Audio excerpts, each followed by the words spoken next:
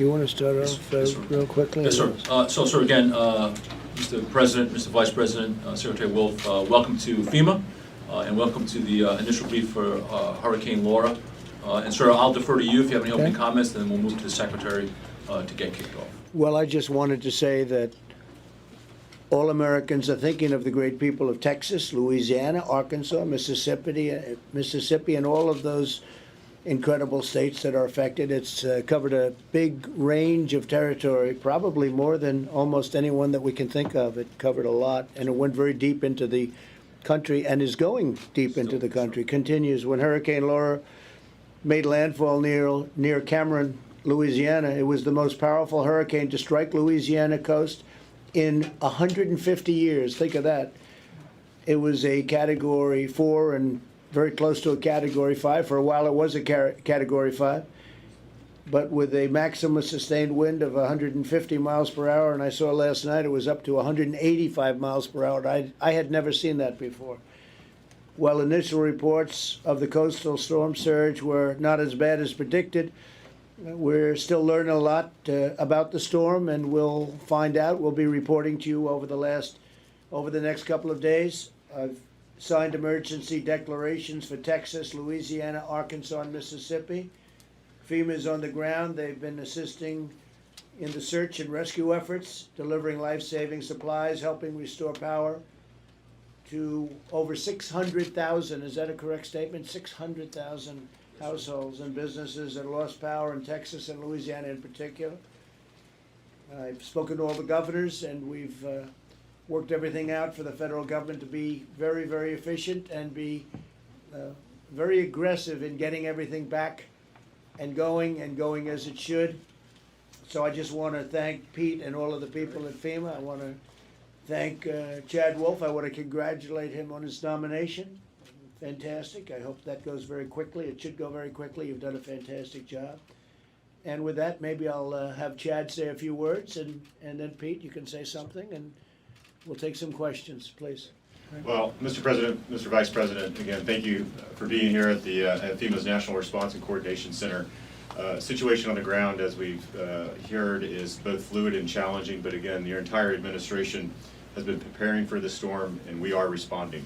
As you indicated, Mr. President, it's one of the strongest hurricanes to ever hit this part of the country, but the experience, skill, and expertise of the entire DHS response and relief efforts have been mobilized or in the field today responding.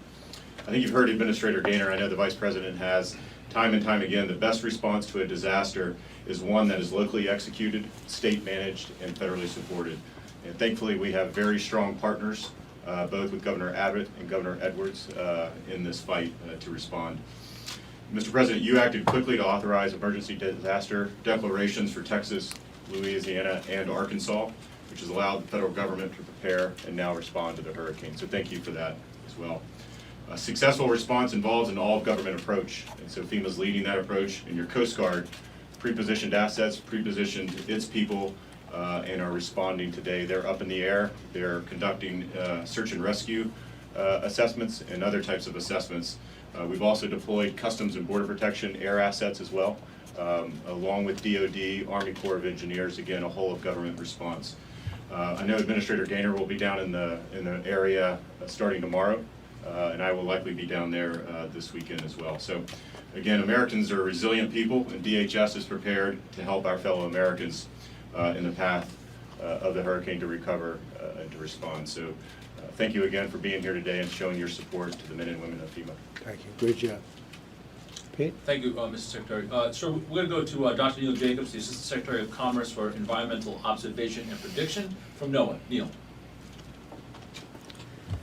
Mr. President, Mr. Vice President, thank you for being here today, and big thanks to FEMA and DHS for all their support and collaboration with us. Really wanted to thank the folks at the Weather Service and the National Hurricane Center for the fantastic and tremendous work they've done in predicting this, and also their collaboration with the state and local emergency managers. Also wanted to mention the Hurricane Hunter flights flying into the storms, collecting data. At any given time, we had 3 different planes rotating, and also a lot of help with the Air Force. They also were sending planes into the storm to collect data. The models and the observations have been hugely beneficial this season, very much thanks to the Weather Research and Forecasting Innovation Act that you signed into law in 2017. We did have to evacuate one forecast office. They've relocated the forecasting services to Brownsville, Texas, and we've pre-deployed emergency response aircraft to do aerial surveys and high-resolution photos, as well as the Coast Survey. The navigation response teams are pre-deployed to Galveston and Stennis. At this point, I'd like to turn it over to the Hurricane Center Director, Ken Graham, for his update on the storm. Could I ask you, what's the level of danger for, you say 3 planes flying into this storm? What's the level of danger for the planes, the pilots, flying into a storm of this magnitude, where you had up to 185 and even beyond winds? What is that level? So we have two P3s which fly at lower altitude into the actual storm, and then we have a Gulfstream that flies high altitude above the storm. I've actually done one of those flights myself. It's quite bumpy, but actually the stronger the storm, so I'm told by the pilots, it's less bumpy than the weaker storms because the convection's more organized. So they're flying into a stiff wind, but it's not quite as bumpy. But believe me, it's a lot bumpier than your average commercial flight. It's great. Thank them for me, too. Yes, sir. Yes, ma'am. Ken Graham, I think it's on you. Okay, got it. Thank you very much. And Mr. President, Mr. Vice President, thank you for this opportunity to brief you today. I did want to say we appreciate the relationship we have with FEMA. We actually have FEMA, the Hurricane Liaison Team, embedded with us here at the Hurricane Center. So it's just a great partnership that we work these big events. So I did want to start off with the latest information on Hurricane Laura. It just became a tropical storm, 70 miles an hour on the latest update, still moving north at 15 miles an hour. So we look at this satellite here, the NOAA satellite is one of the tools that we use to really keep an eye on these systems like this. Landfall, as you said, Mr. President, was at 1 a.m. at 150 miles an hour near Cameron, Louisiana. And it's interesting, if you look back at the 3-day forecast, the point that we made landfall was very close to the 3-day forecast on the track, so a very good forecast track. And we continue to move northward through Louisiana, even seeing some impacts in Arkansas. And Hurricane Laura brought that eye wall of 150 mile an hour winds, but not only that, the heavy rainfall and also the southerly flow that comes out of the Gulf of Mexico piles up that water. So we did see the storm surge in these areas, and also tornadoes in these dangerous rain bands that circle around the storm. So we had tornadoes, we had the heavy rain, and we have all those impacts associated with this hurricane. So what's next? This is our latest forecast that we have. You still have those tropical storm force winds well away from the center, so there's quite a few people that still feel the impacts from that rain and also from those winds. A tropical storm still getting into Arkansas, so if you combine the winds and that rain, those folks are going to still see some of those impacts. So that's the latest information as we continue to move up. Even by Friday, we'll be getting into portions of Kentucky and West Virginia and Virginia throughout the weekend. So we'll be keeping a very close eye on this. But I wanted to take the time to echo what Dr. Jacobs said. They're heroes, Mr. President. We try to get everybody away from the coastline, to get away from the dangers of these hurricanes. And the women and the men at the Hurricane Hunters, both at NOAA and also the Air Force, they go straight for the danger and they fly these systems. If that data gets into the models, it really helps us here at the Hurricane Center with our watches and warnings and the forecast. We just couldn't do it without them. So anyway, appreciate the support. Wanted to give you the latest information on Hurricane Laura, now Tropical Storm Laura. Thank you very much. Great job. Thank you. Thanks, Ken. Sir, we're going to go to some brief slides, and the first slide is really to highlight our federal partners and our private nonprofit partners. So I'll just give it a second to catch up here. But this is just not FEMA doing this. This is our great partners like DOD, National Guard, EPA, SBA, you name it. There are people in this building or virtual because of COVID that are supporting these efforts. And again, like the Secretary mentioned, a whole of government response when it comes to this hurricane and any other natural disaster that we may see in the future. And next slide, slide 4, please. So just a taste of some of the resources that we have on the ground in response for this hurricane. So from FEMA staff that are here in this building, that are embedded with governors and their emergency operations centers in multiple states, Army Corps of Engineers with their power and roof teams that are on the ground doing assessments. Urban search and rescue teams, there's an urban search and rescue teams, served from Indianapolis. Indiana Task Force 1 is out there today doing assessments. Communications teams, we have mobile emergency response units out there that give extra capacity to locals that may have lost their communications. Our other great partners, utility crews from all across the country, 10,000 crew members out there right now and doing restoration where they can, where it's safe, but again, can't do it without them. Red Cross doing sheltering, Salvation Army doing feeding, DOD and National Guard providing helicopters and high water vehicles, and I can go on and on about the team that is assembled to respond to and recover from this disaster and again, any other disaster that we may face. So we have a couple of pictures that we'd like to share with you from the field, and my Assistant Administrator for Response and Recovery, Dave Bebo, will help us kind of go through this, but we want to give you a taste of, we've been on the ground since daylight, about 6 hours so far doing assessments. It will probably take the rest of the day and maybe even tomorrow to kind of see the size and scope and impact of Laura, but we just wanted to share some pictures, and Dave, if you could take us through some of these shots. Yes, sir. Sir, one of the ways that we gather information before our people are out on the ground is we do social listening and identify photographs or videos from social media to get the task forces, for instance, like Indiana Task Force 1 and others that are deployed, ideas about where to go to check on people. And so you'll see as we go through a few of these photographs, sort of that some of them are from social media, some of them are from our personnel on the ground. And the one that you saw just a moment ago, can go back, control room. The red and white there is a communication tower, so pretty significant damage there on the left. And then Lake Charles on the right, which is in Calcasieu Parish, which is one of the areas of significant impact. Next slide. Some trees down across roadways, and you can see the power lines down, which is going to be a major focus of effort for us for the foreseeable future. Yeah. Next slide. Roadways over top with water, which dewatering them and then making sure that they're safe for passage will also be a focus for us, and one of the ways that FEMA provides assistance to states after disasters. Next slide.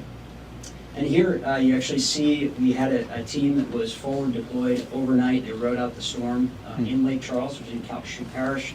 Our FEMA Regional Administrator, Mary Ann Tierney from FEMA Region 3 was deployed there, and she's assisting a resident with a roof that had come off of the property, which is going to be a common site for damage because of the wind speed, and we will be seeing a lot of that.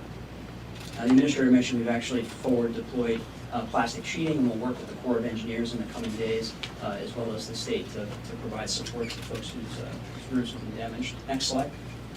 And there, sir, you can see the actual roof that was ripped off of the residence. Next slide.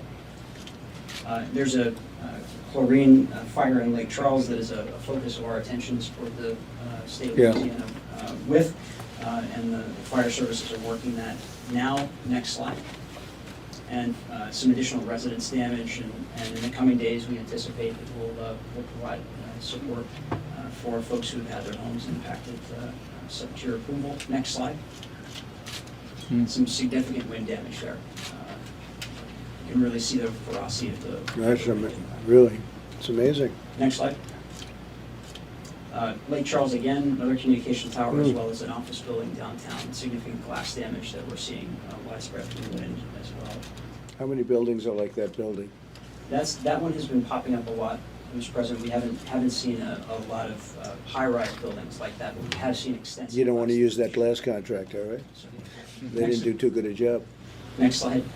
And sir, looking ahead to the next 72 hours, just an idea in partnership with the state of the priorities that we have. Getting the debris off the roads and the roads cleared, that lets the task forces do their work to make sure that people are safe, making sure that people have a safe place to sleep if their homes have been damaged, and the American Red Cross and others play a major role in that. Power restoration as the storm proceeds north. The power crews come in behind and begin restoration, and we'll proceed north through Louisiana and Arkansas and others. Search and rescue underway. We've had good news with healthcare facilities so far, sir. They're operating on generator power, and so far, so good on that front. Of course, keeping our people safe in the field. Yes, sir. Before I turn it back over to yourself and the Vice President, our messaging today will continue to be to the residents that are impacted. Keep your family safe. Wait for the all clear. Heed the directions of your local emergency manager, your local elected officials. If you don't have to go out, don't go out. If you put yourself out there just to go sightseeing, you put at risk other first responders that you take away from something maybe more important. So again, stay home and pay attention to the warnings that your local is given to you. Stay out of the water. It's dangerous. Turn around, don't drown is our motto in these things. So again, please don't go out sightseeing. Stay away from down power lines. I know the residents are eager to get out there with a chainsaw and start clearing debris, and in that may be live wire. So again, be safe, keep your family safe, and then lastly, again, heed the direction of your local emergency manager, your local elected officials. They know best, so stay tuned to that. And so that's going to be our message for the next couple of days, so we prevent injuries and deaths following the storm. And again, you'll see that most likely spike up, because that's what happens on these big storms. Thank you very much, Pete. And sir, I'll Yeah, I just defer wanted to say Mike did a fantastic job last night, and I think you deserve the honor of making your statement right now. You've made a big statement last night. Let's make a smaller one now. Well, thank you, Mr. President. Thank you, Mr. President. I know I speak for you when I express our admiration for the team here, Department of Homeland Security, FEMA, NOAA, this interagency effort. This was a serious storm. And Mr. President, from this weekend, when you signed an emergency disaster declaration for Louisiana and Texas, this team forward deployed resources.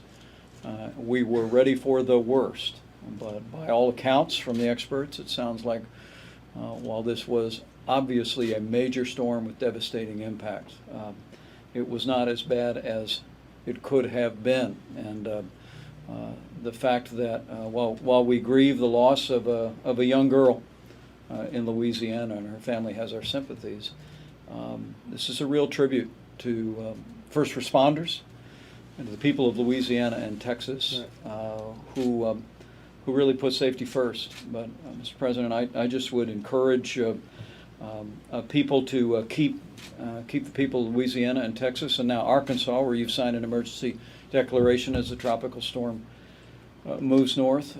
Keep them in your prayers, but also keep in mind organizations like Red Cross that are also on the ground, that are providing assistance and support to all of the efforts for families. But Mr. President, you often say in moments like this that people can be assured that that we will be with them. We were there to respond, rescue, and at your direction, with the resources that you've deployed, Mr. President, we'll make sure that we're with the people of Louisiana and Texas and any other areas of the country impacted by this storm until we bring everyone back, as you often say, bigger and better than ever before. So thank you, Mr. President. Again, I want to echo your thanks and admiration for this team and all the first responders and state and local authorities that are represented here. Great, Mike. Thank you very much. Any questions concerning the hurricane? Yeah, please. Mr. President, will you be visiting the Gulf Coast, and if so, when? Very shortly. We'll be doing tonight. In fact, I was actually prepared to postpone the speech tonight and make it on Monday. I was going to Texas. I was going to Louisiana, maybe Arkansas. Looks like Arkansas. I just spoke to the governor. It's going to be in pretty good shape, but they'll need some help. But now it turned out we got a little bit lucky. It was very big. It was very powerful, but it passed quickly. And so everything's on schedule. We'll probably be going on Saturday or Sunday, and we'll be heading to Texas and Louisiana, and maybe an additional stop. So that'll either be on Saturday, a little bit in the afternoon, or Sunday, and we'll be ready. I think you'll be prepared by that time. But I just want to thank all of the people from FEMA in particular, and all law enforcement and everyone else locally, because they've done a fantastic job. So we'll be going Saturday or Sunday. Mr. President, could you also comment on what's going on in Wisconsin and the NBA response to the violence? Yeah, I can tell you that Wisconsin, I appreciate the governor calling and saying he wanted National Guard. As you know, last night was very quiet. The night before wasn't, and the reason it wasn't, they didn't have proper protection. But I respect the governor's decision to get that protection. The National Guard did a fantastic job. Mark Meadows is here. We called up the National Guard. We sent it out, and they did a fantastic job last night. We had virtually no incident. Portland should do the same thing. These are all Democrat-run cities that should do this, as they did really in Wisconsin. So it went very, very smooth. We had a relatively small force. We can be much larger if necessary. We'll move a very large force there, but we didn't need too much, and it worked out very well in Wisconsin. And all I ask is that these cities that are having difficulty, if they call us, if they request that we send the National Guard, they will be there instantaneously, and we will put out the fire, we will put out the flame, we will put out the vandalism, because the vandalism and the looting is ridiculous to allow this to happen. I don't know how they can possibly do it and why they do it. I don't understand, because all they have to do is call. They can call me, they can call Mike, they can call any one of us. We'll have the National Guard there, and we will stop the violence very quickly. Chad, I think you might want to say something about that. Absolutely, Mr. President. I think what we've seen across the country, particularly in Portland and other cities, is when the capacity outstrips what the state and local law enforcement can do, they need to pick up the phone and they need to request help. In those cities that do that, we see the violence curbed and reduced almost immediately. So I would encourage other cities that are targets and that are experiencing this violence, particularly Portland. The governor needs to send in the National Guard, needs to step up and ask for help if they need it. It's over 3 months of violent activity in Portland, and it needs to come to an end. We could solve that problem so easily and so quickly. And it seems such a shame that for political reasons, I don't know, it can't be good for them politically. But these, let's call them Democrat governors, or frankly, will respond to a mayor also if they need help. But Portland's a great example. It's been going on for 90 days, and we could put it out in 1 hour. All they have to do is ask us to come, and we will be there with the National Guard. We actually sent Homeland Security officers in to protect the courthouse because they were unable to protect the courthouse. And as soon as they got there, the courthouse was protected. But we'd like to go a big step further than that, and we could fix the problem very quickly. But they have to call us, and we have to respond to their call. That's the way it works. And your reaction, sir, to the NBA protest yesterday against another shooting of a black man by police? I don't know much about the NBA protest. I know their ratings have been very bad because I think people are a little tired of the NBA, frankly.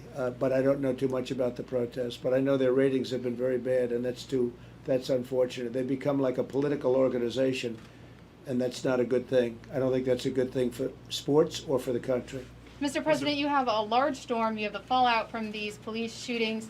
Is tonight an appropriate time to have a political celebration? Very appropriate. The country's doing very well economically. We're on a V. It could even be a super V. We set a record last quarter on jobs. The job numbers were, as you know, over 9 million jobs. That's a record in the history of our country. I think we're going to have a GDP that's going to be mind-boggling. Now that'll be announced, interestingly, just before the election, so that'll be very interesting. But the Fed, as you know, I guess it was the Atlanta Fed announced that they projected a 26% GDP. There's never been any such thing anywhere in the world as a 26% GDP. So we're doing very well. We're coming back, and that's despite the fact that great places like North Carolina, Pennsylvania, Michigan are shut down unnecessarily at this point. It's crazy what they're doing, but they're doing it, I think, for political reasons, because they'd like the number to be as low as possible. And actually, I think they're making a tremendous mistake. And you have to remember, the shutdown, what we did initially was a very, very important thing. Otherwise, you'd have millions of people dead. You would have millions of people. And then we learned, and we watched closely, and now we have vaccines coming very soon. We have therapeutics. It's been incredible what's taken place. But I have to say, they should open up their states. Let them open safely and carefully. Open up their schools. Let them play football. It's got to open up. And we had a great number of doctors, as you know, in the office yesterday, the world's leading experts on this, and there's great danger to shutdowns. And that's in the form of suicides, in the form of alcoholism and drug use, and so many other things are caused. It's a bigger problem. So whether it's North Carolina, Pennsylvania, or Michigan, or others, they should open up, and we have to get on with it. We have to get on with it. It's very sad. It's very dangerous what they're doing, Mr. actually. President, And they're have you seen doing the it, video of the and they're shooting doing death it of Jacob for, Blake? and they're doing it for political reasons. So we have tremendous passion for this country. We love our country, and we want our country to do well. And I'll see you all tonight. Thank you very much. Have you seen the Thank you video of very the much. shooting?